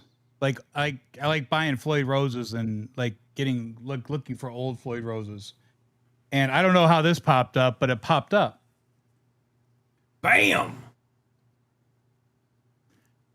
And this is the first run Music Zoo basswood body. It says TB12 for which is a Screaming Demon. It's not a Screaming Demon.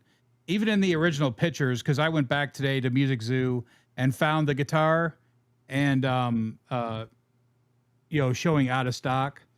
And I think it's a Hunter. I think it's probably going to be a ceramic Hunter, which is a custom or a distortion. It's a distortion.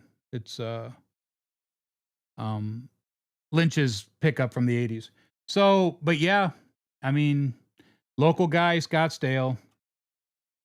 Just, it's basically a Bengal purple tiger in cream, but that headstock, man. And then it's funny because as soon as I got it, Randy said, "Hey, so bounce the neck profile off your Kramer reissue," and it's identical. This is it's got the R5.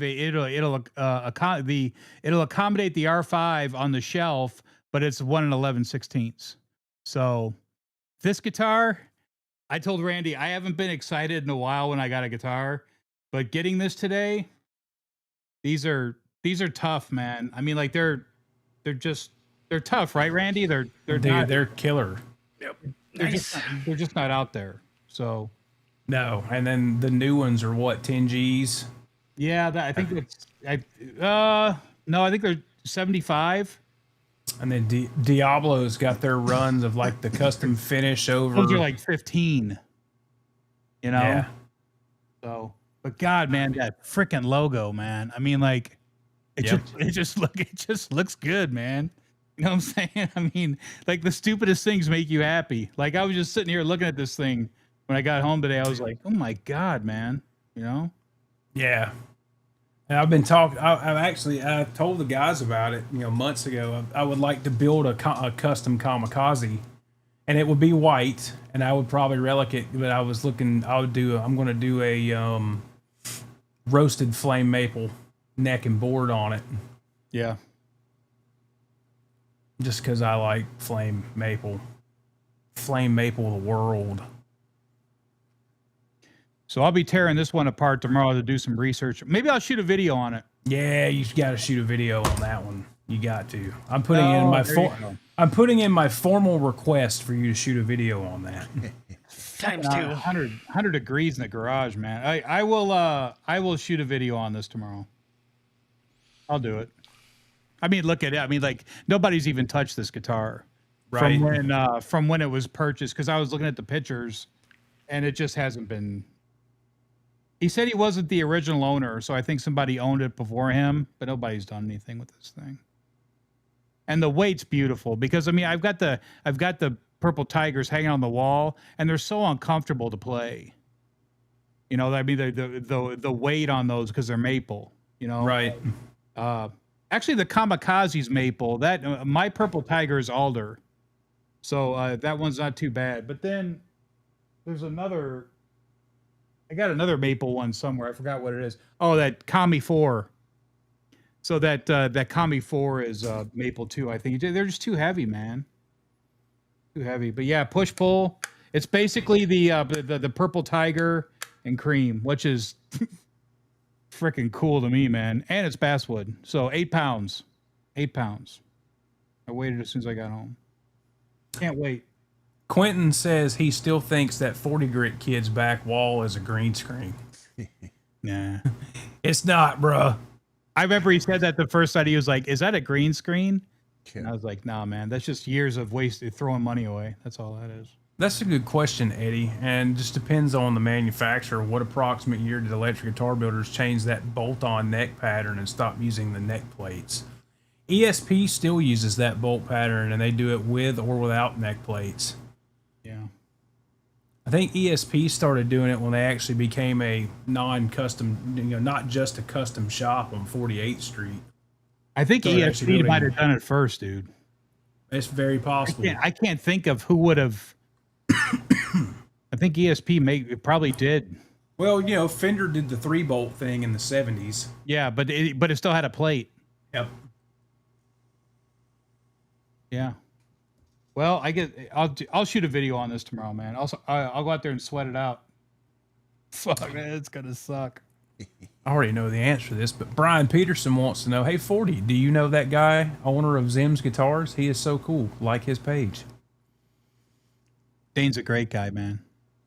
Yeah, we love Dane's Dane. Dane's a great guy and a good person, man. He's just a good person, and he's a great guy to go in and just sit down and talk to. And he's a wealth of knowledge, and he's got the best shop. If I could have anybody's guitar shop, I would have Dane's, just because of what it is. It's exactly what I grew up going to. You know, he doesn't have endorsed guitars in there. You know, he's not promoting guitars. He's just a used guitar shop. Right. And it's freaking awesome. I love it. Todd wants to know, what year is that? 21? 21, yeah. To 21. It was the first run. It was the first one that that Music Zoo did with ESP, and the guy, you know, him and I negotiated, and he said, "Well, it's worth more because it was the first year." And I said, "Buddy, there's just not anything for me to build a cost off of." So I called Randy Price this morning. Yep. And I go, "Hey, bro, I need your help, man. You got to help me figure this one out," because I was like, I don't know what the number is on this. So Randy came out very quickly and was very close to the number that I said. Yeah. So, yeah, so I did have some help today, though. I guess because the guy kind of ghosted me.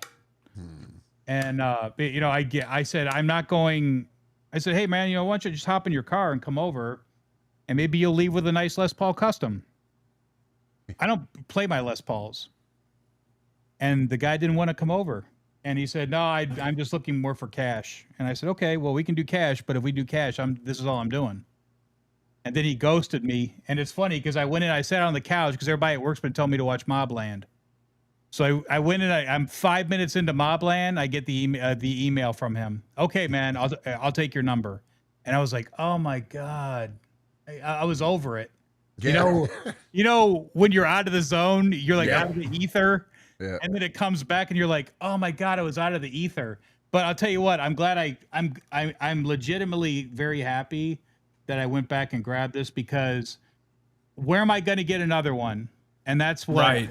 that's where you gotta be careful when you're selling stuff. Where am I going to get another one? I think I got that from Joe Bonamassa. Where am I going to get another one? You know, that's a What's really up, Cool good, Breeze? that's a really good thing to think about before you start selling stuff or getting another one. You know, Right. and, you know, where would I get this? You won't, unless you want to pay $8,300 for it with tax, which I'm not going to do. So Scotty says some of the old Ibanez and Arias have no neck plate. And then Like- he says Stevens might have started that with the extended cutaway. I'd have to do the research. oh, yeah, well, that's probably around the Stevens. Huh. I don't know. I think, in my opinion, I would think that ESP was probably. There's brass inserts on this too. They're brass. You can see. There's- Quentin wants to know if they still make locking output jacks. I mean, I guess it was the ones DiMarzio made. I don't know, dude. Have you tried the Google web? Yeah, Rob Blackmore. I'm gonna do it, dude. I'll shoot a video for you guys on this. This is a good one to see a video on because there isn't one. There's not a video on this guitar. Nobody's gonna take this guitar apart if they have it. I'll take it apart. I'm not afraid. I'm gonna take it apart. Yes, Quentin. Switchcraft makes them, and Nutric makes them. There's your answer, bud. Glad I could help you out there with Google. It's a lot less efficient way of Googling something.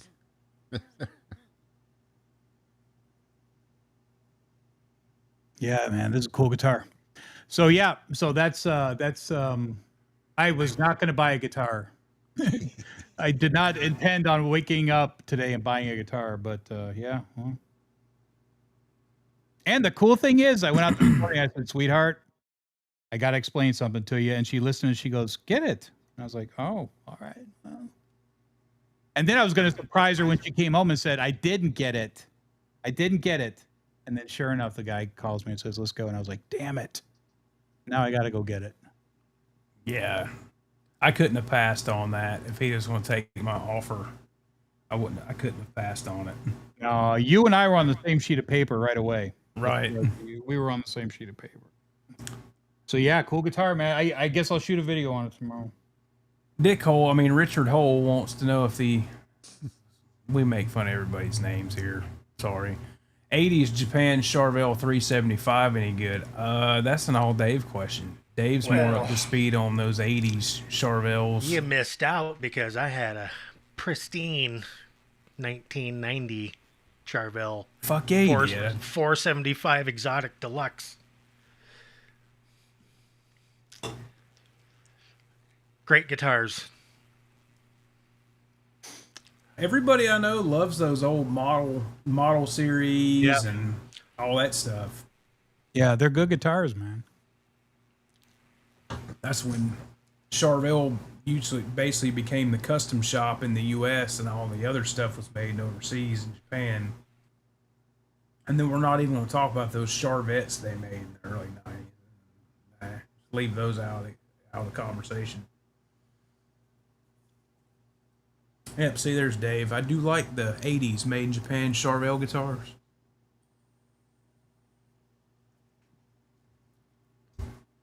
Yeah, apparently Quentin's search engine is me. Yeah, apparently. Todd says Fusion, I want the 24 3/4 scale.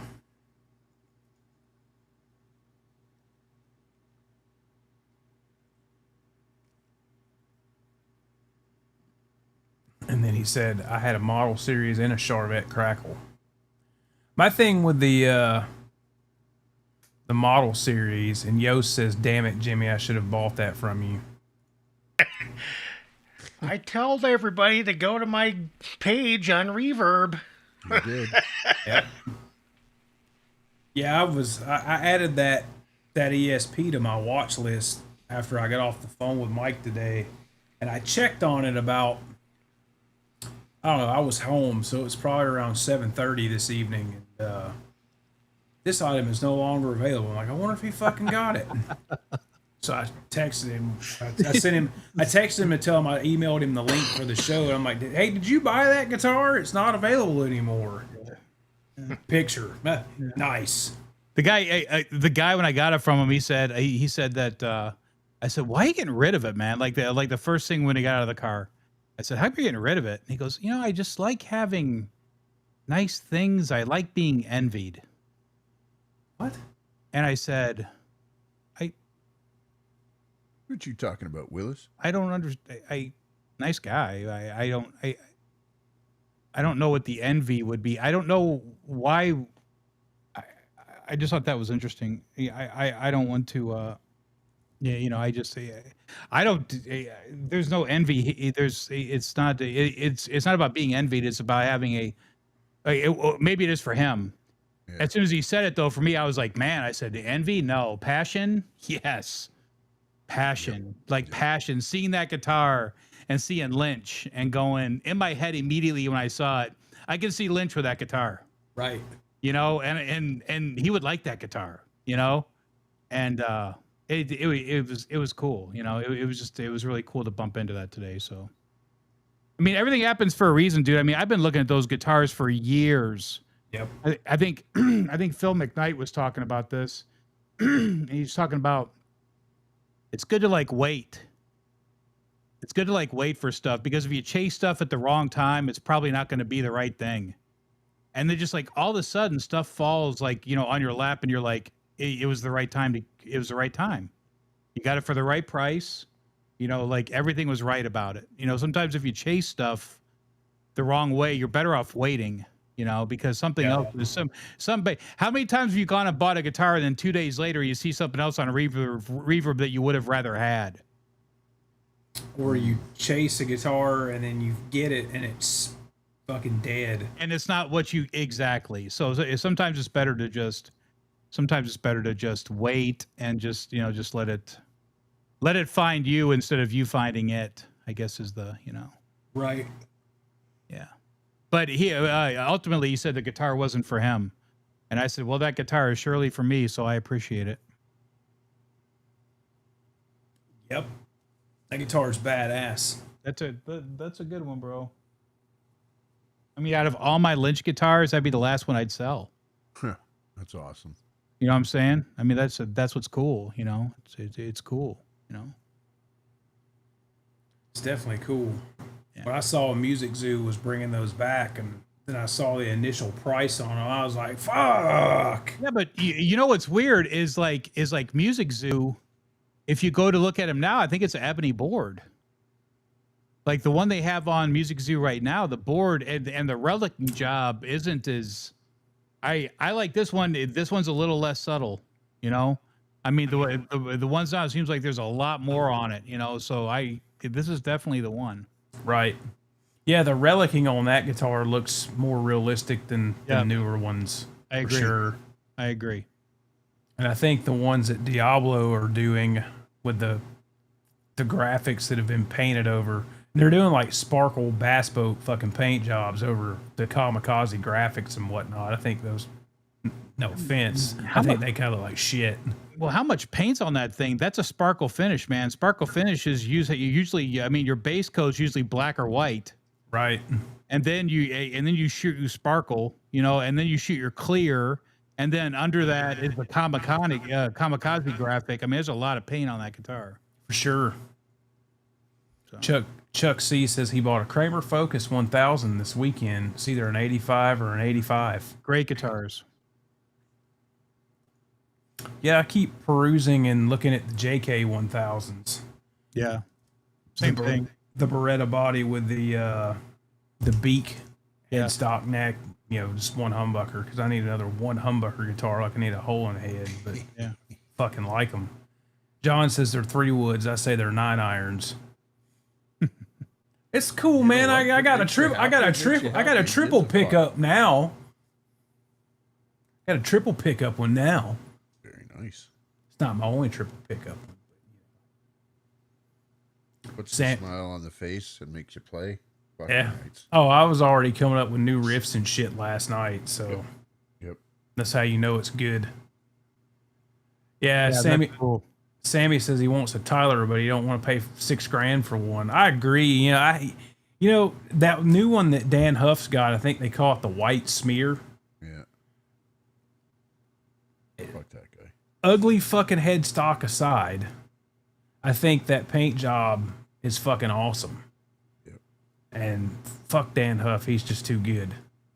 Yeah, he's sick. Yeah, he's just insane, man. He's good, man.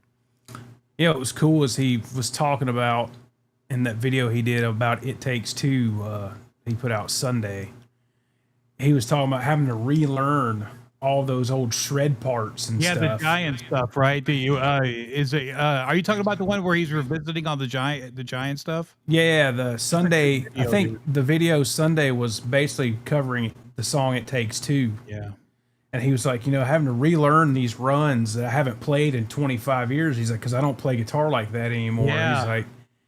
He's like, I didn't know until Robert Baker told him that there were apps where I could slow individual tracks down and isolate shit. He's like, so I'm trying to. He's like, and finally, muscle memory kicked in for a lot of it. Yeah, but Speaking that guy, of Tyler, though, there's that Chinese run of them. the Right? JTG. Yeah, I've heard nothing but good things about them. But Yeah, Leon had one on a while back. He was talking about how great it was. I saw a couple somewhere. Jimmy, Those are, what, Yost- $1,200 or something? I think they're a little over $2,000. Okay. $2,000. So a third of the price. What do they sell it for? I got $1,000 out of it. Those particular guitars are going up in value. I bought it for less than $600, and then it was one of those 40% guitars. profit. It's like everybody's like, "Oh wait, these are good. We can't be dogging on these anymore." So now the price went up. So if you're going to buy one, you're going to be spending about 12. Searching for tone. See you later, man. Thanks for coming. Later, Brian.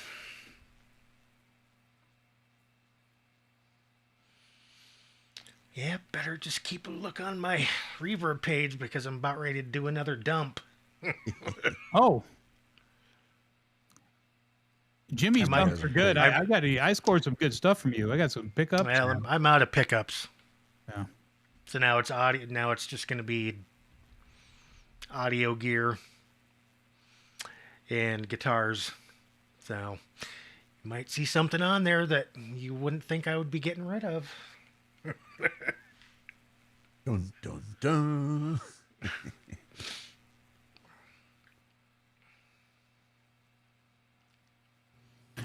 Did I do coil splitting on that? Yeah, I mean, it's wired up like you normally would a 5-way. So, Yeah, it's kind of hit or miss on the single coil sized humbuckers yeah. because you're taking such a narrow slice of string when you split those things.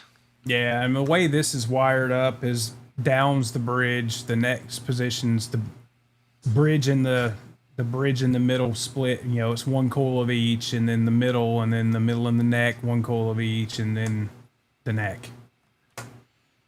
So, I mean, it's typical Strat wiring just without tone knobs, and the volume knob moved out of my way. So, yeah, I mean, even when they're split, I mean, they don't do the true single coil sound. Sammy wants to know what your reverb page is. Gear biter. Gear biter. See you, Miles. Thanks for coming in. Appreciate you, buddy. Yeah, brother.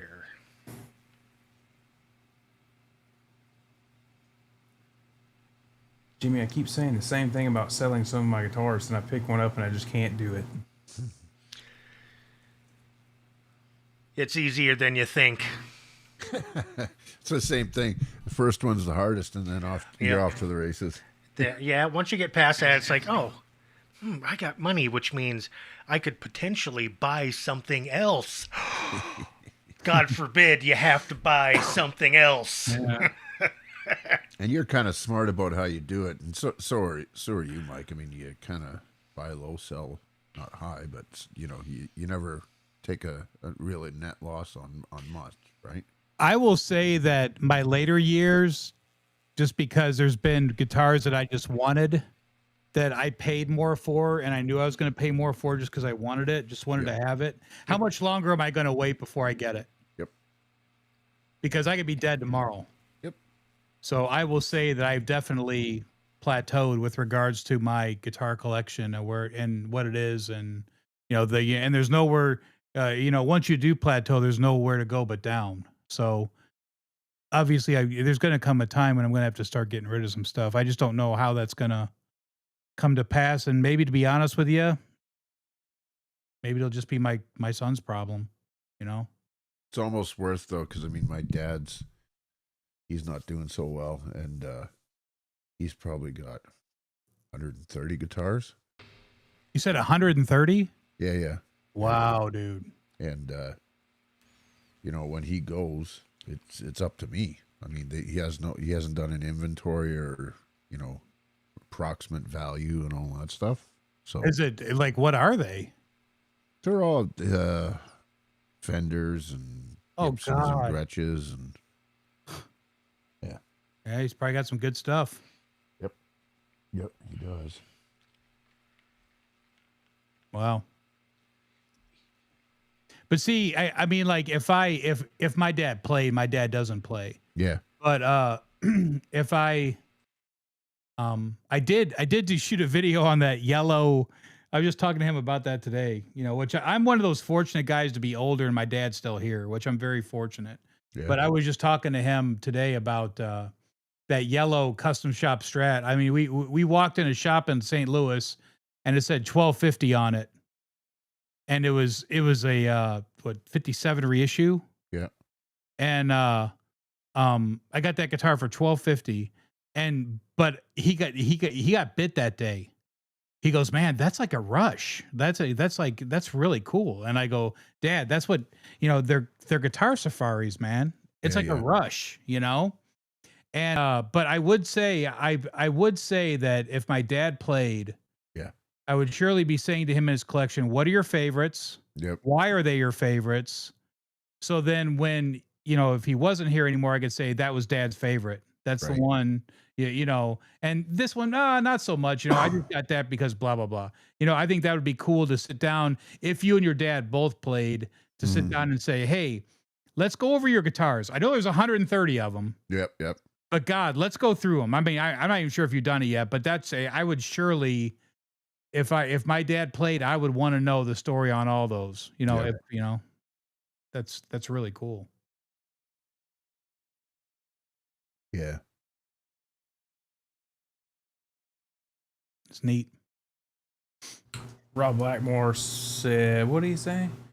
Honest opinions on a KH202. Don't bother. Yeah. Spend the extra coin on the 602. Especially if it's an older 202. Those things are pretty bad.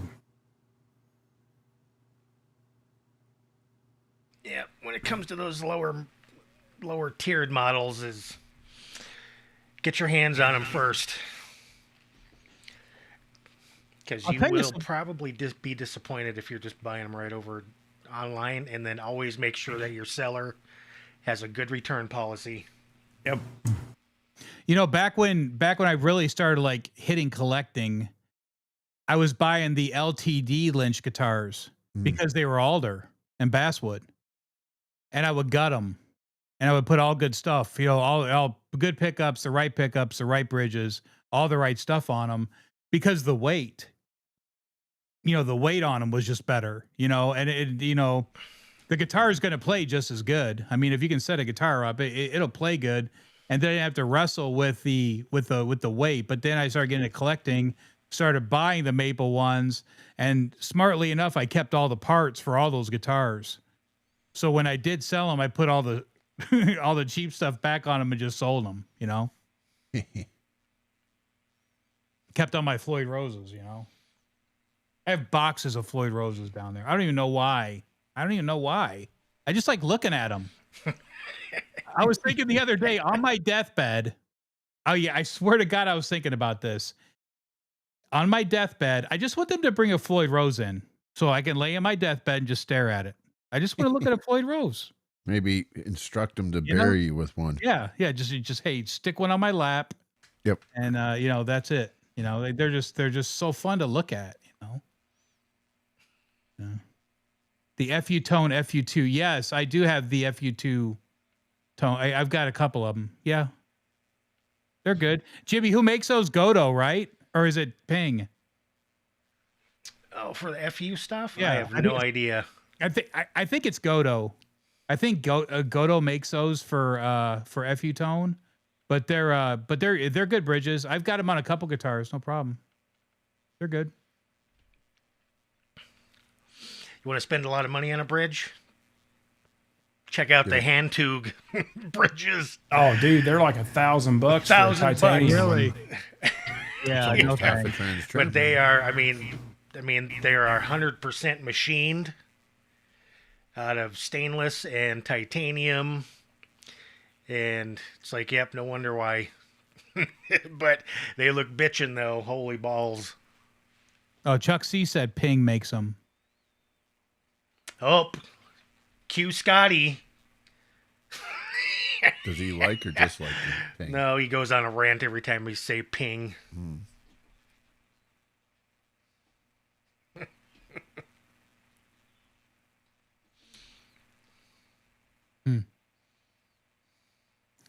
All right, dudes, I'm going to wrap it up because she's home, and I'm going to go out there and sit with her for a few minutes. So There you go. Yeah, so 10 after 11 here. I got to get rolling myself. So I just got back from holiday, so go hang with them. there you go. John, nice to see you, sir. Jimmy, nice to see you. Absolutely. Right on. Awesome. Randy, always Thanks for ready. hanging. No problem. Congrats Thanks, on the new Randy. guitars, both of you. Nice guitar, Randy. Thank you, man. Hang out for just a sec. All right. Say bye to everybody and all that good stuff. Thanks everybody for coming out and sitting with us for this 2 hours and right at 2 hours and She on Thursday. going through this build. We'll see you probably on Thursday. Right. You know, and definitely super thanks to 40 Grit My pleasure. for coming Yeah, and brother. hanging out and all the help and guidance he gave me on this thing. Yeah. Appreciate My the hell pleasure, out of it. So you guys until If we had a mod in the chat, we would put your link in there. Oh no, that's what that stuff. At 40 Grit Guitars, if you guys want. Be on the lookout for the video tomorrow. Most of the people that are here already subscribed, I'm sure. But Yeah. That's good. but anyways, be on the lookout for that ESP video tomorrow. I'll do it tomorrow. I'll pop his link in the chat real quick. You have to do that, bro. It's all right. Yeah, I do. It's in our video description on the channel, but Yeah, your recommended channel. But Oh, that's cool. right. So, but yeah, if you're not subscribed to 40, you need to. Yep. You need to subscribe to 40 because he's one of those guys that'll go live. He'll come home from work and he's like, "Oh, I'm gonna go live." I Boom. gotta say, hey, my girl said to stop doing that. She goes, There's the link. she goes, you need to advertise. You get to let it run for, 3 or 4 days, and so everybody knows you're going on. I was like, yeah, I just go on when I want to go on, you know what, man, it works for you. Yeah. I mean, usually when you do that, you've got 40, 50, 60 people in there, and you plan on doing little short things, and the next thing you know, you're at 2 hours. So Yeah, I don't plan on going on, but then I start getting it's amazing. I love all the questions. I love all of the all the interaction. It's great, man. Yep. Yeah, it's pretty. It's a unique show that you do. It's Yeah. it's like you got a bit of a structure, but it just kind of goes, and it's like you're really good at it. So it's entertaining and lots of knowledge, of course. Yeah, thanks, John. I mean, we've got a great community here, man. Good Sure people, do. You know what I'm saying? Good people, and so just very, very blessed to have the people that come in and jump in and talk shop, and and my channel is a small niche. It's a small, like Charvel and Kramer. It's not a big. There's just not a big thing, It's a very small group, So we're very blessed to have the people we have watching us. So, anyways, thanks to everybody. Appreciate it. Amen. Thanks, everybody. We're going to call it quits. We'll see y'all probably Thursday. So, Look for the later. show bumper at some And, yeah, and then, do what this guy says. Eddie Van Halen here, telling you, keep playing, man. Gotta keep playing. It's the only thing there is. Music, man. Keep playing. All right? I'm gonna come looking for you if you don't.